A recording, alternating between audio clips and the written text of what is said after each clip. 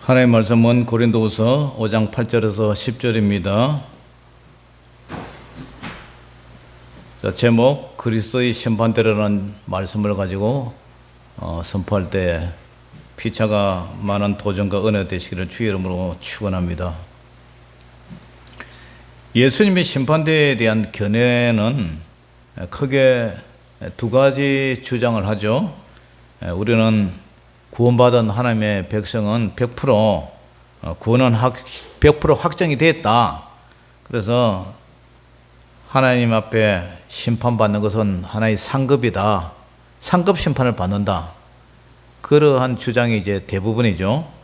또 하나는 이미 죄에서 예수님이 십자가 보혈로 공로로 죄 사함을 받았는데 구원은 약속이다. 아직 이루어지지 않았기 때문에 그래서 예수님 앞에 서는 날 그 구원이 확정이 된다. 그것을 결정하는 것이 백보자 심판, 흰보자 심판이다.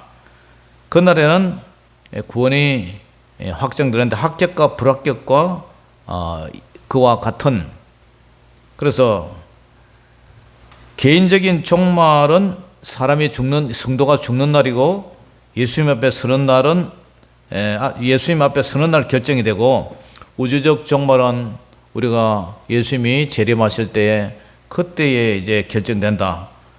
그래서 이미 구원받았지만 아직은 아니다. 우리는 구원을 이루어 나가야 된다. 이런 주장이죠. 그래서 지난주에 수요일 설교 말씀에도 사도 바울은 겉사람과 속사람 얘기를 하죠. 고린도후서 4장 16절에서 18절은 그 사람은 낡아지나 우리의 육체, 우리 몸은 후패해지고 늙어가나 우리의 속사람은, 주님을 향한 우리 속사람은 날로 새로워진다. 이렇게 고백을 하죠. 이 땅에 주님을 향한 환난은 잠시요, 가볍다. 그러나 저 주님 나라의 그 영광은 크고 영원하다. 그 영광은 무겁다. 그래서 우리가 주목하는 것은, 우리 시선이 주목하는 것은 보이는 이 땅이 아니고 보이지 않는 저 하늘나라이다. 이 땅에 보이는 것은 잠깐이요, 보이지 않는 저 하늘나라는 영원하다. 그런 얘기를 하죠. 그 다음에 5장 1절에서 7절에는 그 사람의 몸은 우리 육신의 장막집이라고 그러죠. 그 사람은 이 장막집 안에 우리 영혼이 사는 거죠. 몸이 무너지면 하늘에 있는 영원한 집이 있는데, 이 육신의 장막집, 질그릇으로 만든 이 흙으로 만든 집인데, 이 집이 무너지면, 이 집, 우리가 죽으면 우리 속 사람 영혼이 하늘에 있는 영원한 집으로 이사를 가게 된다. 바울은 이 땅에 있으면서 탄식을 해요. 하늘의 처소를 더듬기를 사모해요. 하늘의 집, 이렇게 하늘의 처소, 하늘의 집을 더듬는 것은 아직 예수 그리스도에 의해 옷을 입지 않은 벗은 자들에게 발견되지 않기 위해서다. 그래서 참으로 이 땅에 살아가며 육의 장막에 있는 우리가 짐진 것 같이 탄식하는 그 뻗고자 함, 죽고자 함이 아니다. 오히려 더디고자 합니다. 죽을 것이 생명에게 상기받된, 그래서 성령으로서 거듭나서 부활을 기다린다. 그런데 이런 얘기를 해요. 그것을 이루게 하시는 분은 누구냐? 성령님께서 보장해 주시고 그분은 바로 하나님이시다. 그러므로 우리가 항상 담대하여 몸으로 있을 때는 주님과 따로 있지만 믿음으로 행동하고 육신에 보는 것으로 행하지 않는다. 믿음의 눈으로 행한다. 이런 이제 얘기를 쭉 한 후에 오늘 이제 본문에 들어가는 거예요. 자, 고린도후서 5장 8절 우리 다시 한번 읽어봅니다. 10절까지 시작.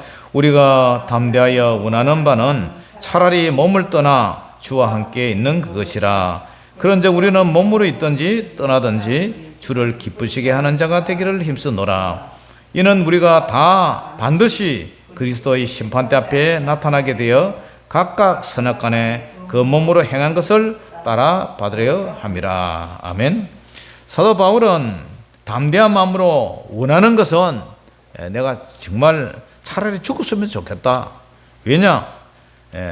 그래서 죽어서 천국에서 주님과 함께 영원히 살고 싶은 마음이 간절해요. 왜냐? 이 땅에서 복음으로 받는 환난이 너무 지독하고 혹독하기 때문에. 그러나 우리가 아직 생명이 연장되어서 살아있든지 아니면 빨리 천국을 가든지 목적은 바로 하나다. 그 목적이 뭐냐? 오직 주님을 기쁘시게 하는 자가 되기를 힘쓰는 것이다. 그것이 살고 죽는, 죽고 사는 삶의 목적, 죽는 목적이다. 그런 얘기를 해요. 왜냐? 이는 우리가 다 반드시, 우리가 다, 이 세상의 모든 사람이 다 반드시, 필연적으로 반드시 누구 앞에? 그리스도의 심판대 앞에 나타나게 된다는 거예요.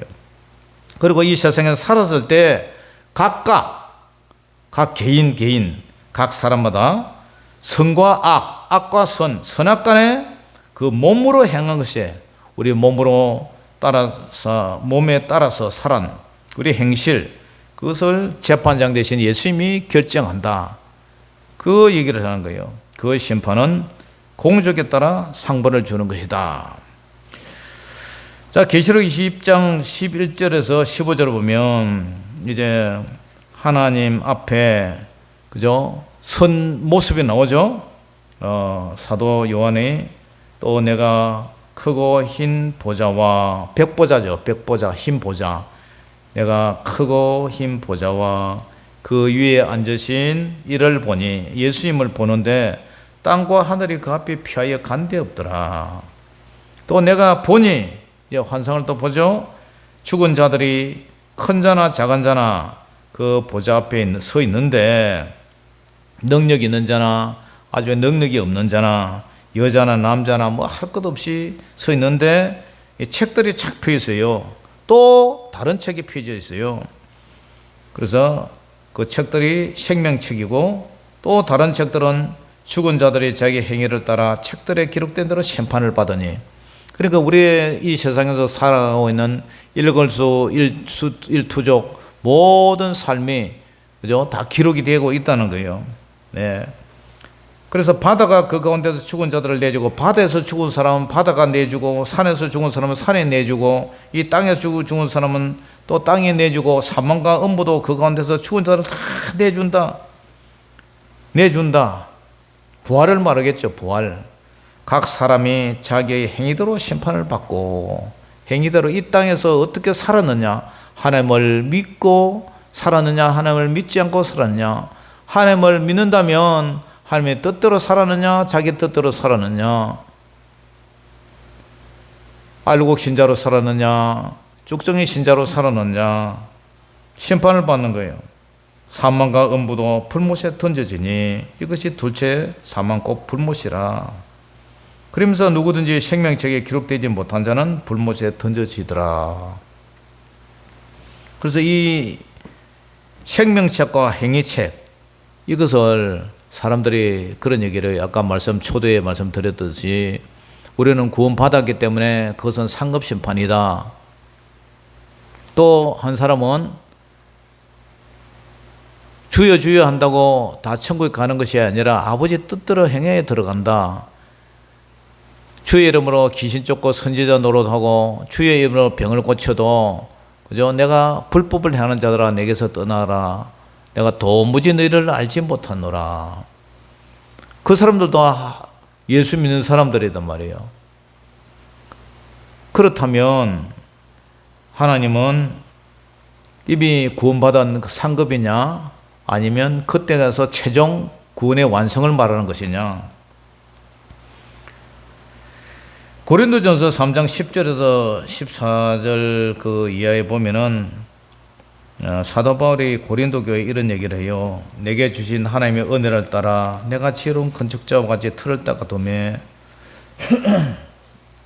다른 이가 그 위에 세우나 그러나 각각 어떻게 그 위에 세울까를 조심할지니라. 이 닦아둔 것 외에 능히 다른 틀을 닦아둘 자가 없으니 이 틀은 곧 예수 그리스도라. 예수 그리스도의 터 위에 집을 세운단 말이에요.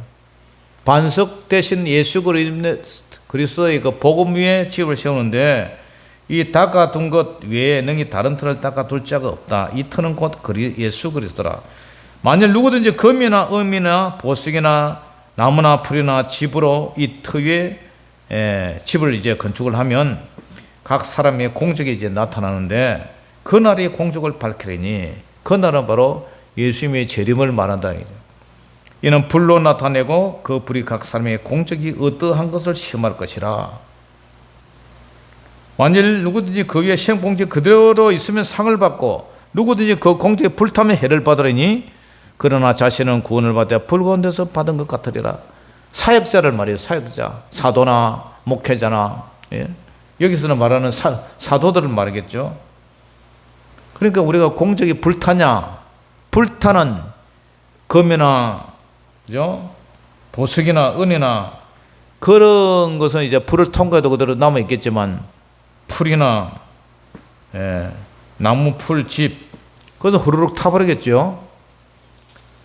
그러니까 반석 위에 지은 집인지 모래 위에 지은 집인지 홍수가 비가 내리고 홍수가 나고 창수가 솟고 바람이 불고 그러면 그 집이 정말 예수 그리스도의 기초 위에 세워진 건지 사상이나 뭐 철학이나 다른 기타 뭘로 인해서 세운 것인지 그때 가면 이제 판가름이 나겠죠.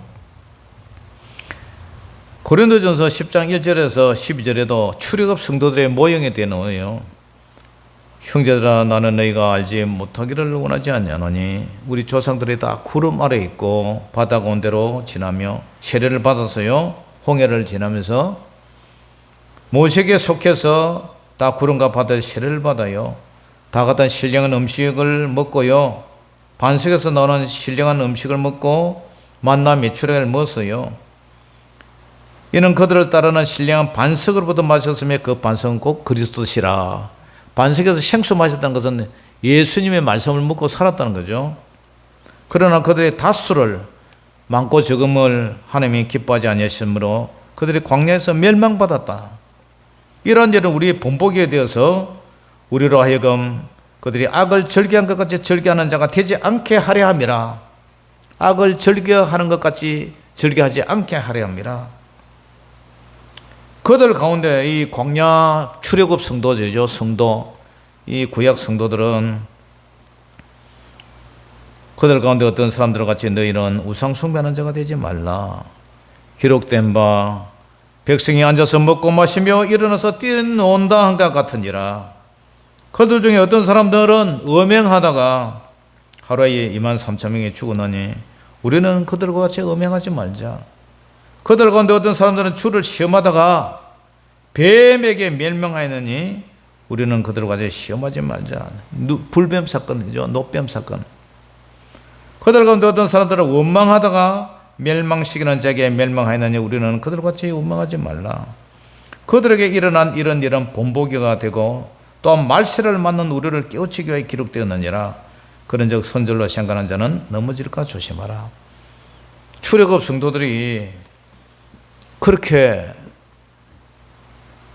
유월절 어린양의 피를 바르고 자오인방 문설주의 피를 바르고 죽음을 맛보지 않고 장자들이 다 통곡하고 죽는 그날 밤에 피를 바른 그 가정들만 살아나서 홍해를 걷는 것은 요즘 말하면 세례받은 사건이고 광야에 나왔다는 것은 교회 생활을 하는 거고 거기서 만나 메추라임하고 반석에서 생수를 마셨다는 것은 바로 예수님의 말씀을 묻고 살은 출애굽 성도들이에요.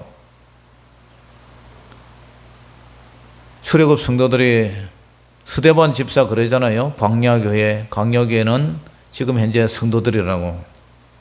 그런데 그들이 음행하다가 우상 숭배하다가 주를 시험하다가 원망하다가 멸망되는데 우리 신약 성도들은 그렇게 하지 말자.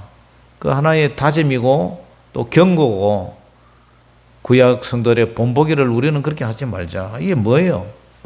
하나님의 말씀대로 살자. 예수님이 재림할 때에 달란트 비유, 마태복음 25장에 열처녀 비유, 달란트 비유, 양의 비유, 그죠? 그 비유를 통해서 우리가 보면은 열처녀 비유, 지혜로운 처녀와 미련한 처녀, 미련 전환전에도 똑같이 기름 준비하다가 졸며 잘세 스피어 기름이 없었죠. 좀 빌려달라. 야, 우리 쓰기도 부족하니 나가서 살아. 그 사이에 예수님 신랑이 예수님 오셨어요. 그 문을 두드렸는데 못 들어왔어요. 달란트 비유도 마찬가지예요. 한 달란트 받았던 자가 와서 이르되 주인이여 당신은 굳은 사람이라 심지 않은 데서 거두고 해치지 않은 데서 모으는 줄을 내가 알았으므로. 한 달란트 받았다고 해서 주인한테 아주 수전노처럼, 그죠? 아주 당신은 굳은 사람이라 이렇게 평가를 하고 있는 거예요. 그래서 달란트 묻어놔 버렸어요. 그런데 나중에 어떻게 됩니까? 한 달란트 빼앗아 10달란트 가진 자에게 주라. 무릇 있는 자는 받아 풍족하게 되고 없는 자는 그 있는 것까지 빼앗기리라. 그러면서 이 무익한 종을 바깥 어두운 데로 내쫓아주리라. 거기서 슬피 울며 이를 갈리라 하니라. 이게 뭔가요? 이 달란트를 어떤 사람은 뭐 은사라는 얘기도 있고, 은사 그 묻어놨다고 뭐 지옥 갑니까?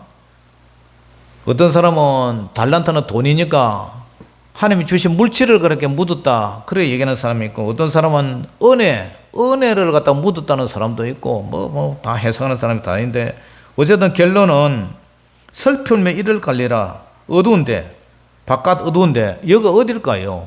이게 분명히 이거는 100% 지옥이지 않습니까? 근데 이 사람도 주여 주여 주여 하면서 주님의 이름을 불렀단 말이죠. 또 연편에 있는 자들, 그죠? 양에 비유해서, 양과 염소 비유해서 연편에 있는 자들에게 이르되 저주를 받은 자들아 나를 떠나 마귀와 그 사자들 위하여 예배된 영원한 불에 들어가라. 내가 줄일 때 내가 먹을 것을 주지 아니하였고 목마를 때 마시게 하지 아니하였고 나그네 되었을 때 영접하지 아니하였고 헐벗을 때 옷 입히지 아니하였고 병들었을 때와 옥에 갇혔을 때 돌보지 아니하였느니라. 그들도 대답하여 이르되 주여 우리가 어느 때에 주께서 줄이신 것이나 목마르신 것이나 나그네 되신 것이나 헐벗은 것이나 병드신 것이나 옥에 갇힌 것을 보고 공양하지 아니하더이까. 이에 임금이 대답해요.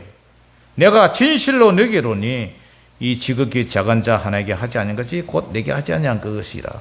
그 이웃 사랑, 그죠? 지극히 작은 자에게 하지 않은 것 그 때문에 그들은 영불에, 의인들은 영생에 들어가리라. 영원한 지옥불에, 영원한 영생 천국에 들어가리라. 이 사건을 보면요, 우리가 그리스도의 심판대 앞에 설 때 상 받고, 그죠? 상급 심판 받는다고 말할 수가 있겠어요, 이게? 이런 게. 그까지 상 좀 안 받으면 못 돼요. 구원만 확실히 보장된다면. 우리가 학교 다닐 때 졸업장하고 상장하고 받는데 어떤 사람은 졸업장 받고 박수만 치다가 나와요. 그 상급은 뭐 안 받으면 어때요? 졸업하면 되지. 천국은 그게 아니단 말이에요. 그러면서 사도 베드로도 이런 얘기를 해요. 베드로전서 1장 17절에 외모로 보시지 않고 각 사람의 행위대로 심판하신 이를 너희가 아버지라 부른즉 너희가 나그네로 있을 때를 어떻게 하라고요? 두려움으로 지내라. 두려움으로. 우리가 나그네 생활을 하고 있잖아요. 이런 말씀을 읽으면 자꾸 정신이 퍼쩍퍼쩍 나요. 내 자신을 돌아보게 되고 내가 태만하고 거룩하게 살고 있는가. 내가 하나님 앞에 갔을 때에 도무지 내가 너를 모른다 할까 싶어서 정신이 바짝바짝 나고 이래 살아서는 안 되겠다. 정말 경건하게 에녹처럼 하나님과 동행하는 삶을 살아야 되겠다. 말씀 열심히 읽고 묵상하고, 그죠? 우리에게 주어진 얼마 남지 않은 나그네의 때를 정말 경건하게 기도하면서 정말 주님 맡겨주신 이 목회 사역 잘 감당하고 아버지 뜻대로 살아야 되겠다. 이런 생각이 들어요. 히브리서 12장 14절에도 모든 사람과 더불어 화평함과 거룩함을 따르라. 이것이 없이는 아무도 주를 보지 못하리라. 모든 사람과 더불어 화평함, 그죠? 화평함, 거룩함을 따르라. 이것이 없이는 아무도 주를 보지 못하리라. 요즘 목회자들의 그 성적 타락 그런 것을 매스컴에서 또 기독신문에서 가끔 봅니다. 볼 때마다 참 저 사람들과 내 자신이 다른 게 뭘까? 그런 것을 생각하면서 정말 우리가 세속에 물들지 않고 정말 거룩하게 살아야 되겠구나. 경건하게 살아야 되겠구나. 내가 저 위치에 저러한 위치에 있다면 나는 어떻게 했을까? 시골 사람도 없는 이곳에 외롭게 주님만 바라보고 살아가는 이 목회자, 이것이 오히려 축복일지도 모르겠다. 이런 생각도 들어요. 사랑하는 성도 여러분, 빌립보서 2장 12절에도 그러므로 나의 사랑하는 자들아 너희가 나 있을 때뿐 아니라 더욱 지금 나 없을 때도 뭐래요?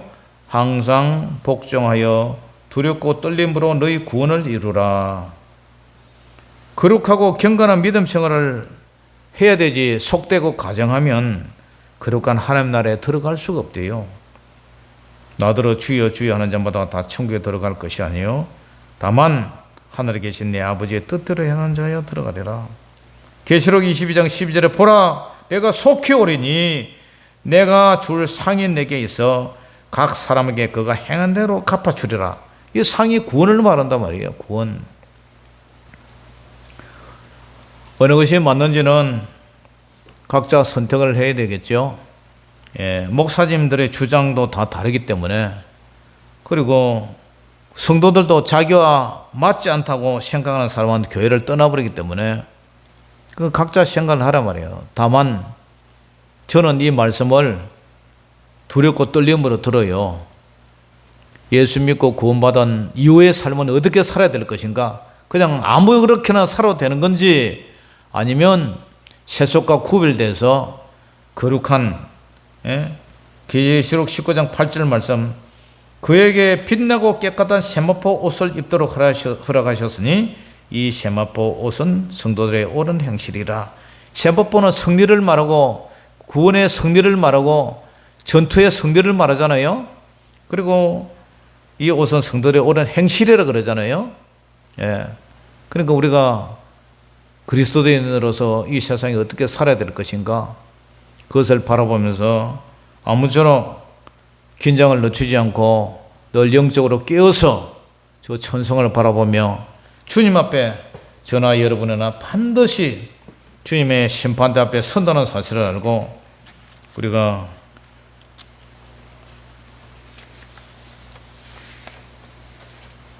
지혜로운 기름 준비한 지혜로운 다섯 처녀처럼 늘 영적으로 깨어있는, 그리고 말씀과 기도로 깨어있는 경건한 저와 여러분 되시기를 주 이름으로 축원합니다. 기도하겠습니다. 아버지 하나님 은혜를 감사합니다. 아버지, 시골 내려와서 교회 수리하고 고치고 아버지 무너진 성벽을 수축하느라 여태까지 몸이 병이 나도록 혹사를 했습니다. 지금부터라도 영적으로 깨어서 늘 말씀과 기도로 영적으로 깨어있고 저 죽어있는 영혼들에게 복음을 전하는 그런 살아있는 신실한 종이 되기를 원합니다. 우리 교회가 기도 많이 하고 말씀으로 늘 깨어있는 우리 주님의 심판대 앞에 설 준비해서 그 심판대가 두려움이 아니라 할렐루야 찬송 부르며 오늘 사도 바울처럼 여기 육신으로 있으나 주님 앞에 가나 어쨌든 목적은 주님을 기쁘게 하는 것이 목적이라 한 것처럼 우리도 주님 앞에 섰을 때에 주님 감사합니다 할렐루야 승리의 찬송을 부르는 저희들 되게 하여 주시옵소서. 모든 영광을 주님께 올려드리며 살아계신 우리 주 예수 이름으로 감사하며 기도 올려옵나이다. 아멘.